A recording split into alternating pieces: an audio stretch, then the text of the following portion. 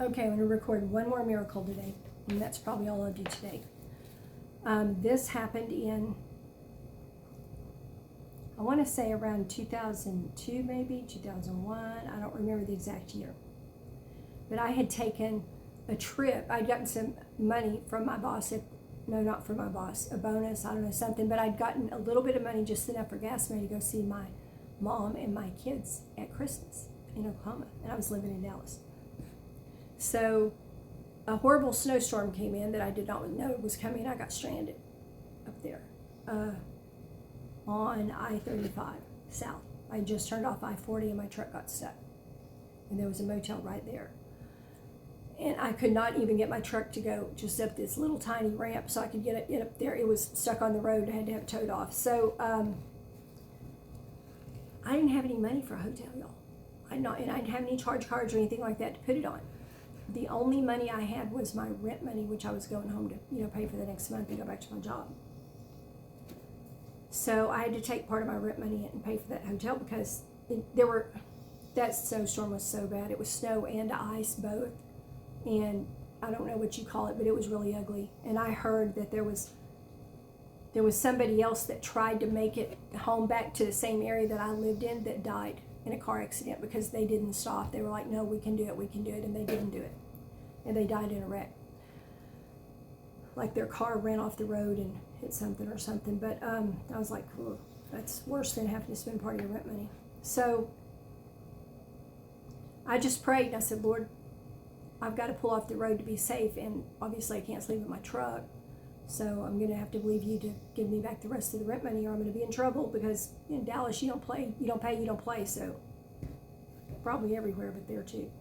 So anyway, I had only eaten once a day while I was there. I remember buying this one, like a breakfast or something from this Denny's next door, and then just portioning it out and eating just a little bit and a little bit and a little bit and keeping it, cold so that I wouldn't have to spend more money on food. So it cleared up enough I could go home. So I went home, drove home safely, and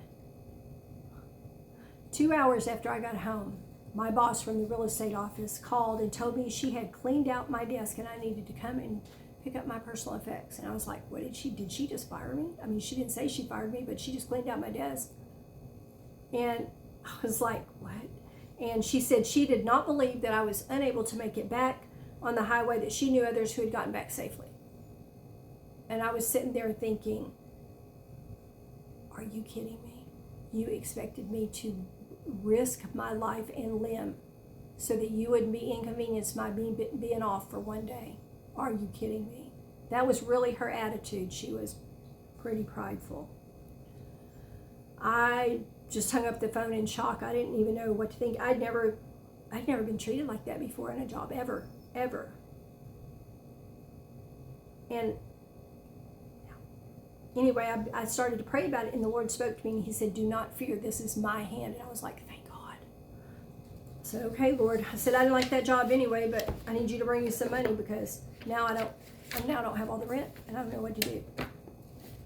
20 minutes later, my phone rings, and I'm still praying, of course. And it was a woman I knew from my previous job at Bank of America, and she had never ever called me at home before. And so I was so in shock over being fired from my job, basically let go, that I didn't even think about that at the time. And she said, how are you? And I said, well, I just got fired from my job. And she said, I called you because the Lord told me to call you and to pay your rent. And I was like, that was the second time my mouth dropped open in 30 minutes, y'all. Did she just say pay my rent? She didn't even know what happened, except I told her she said, can you meet me in Plano? She said, I'm about to leave my office now. And I said, yes. She didn't even ask how much my rent was.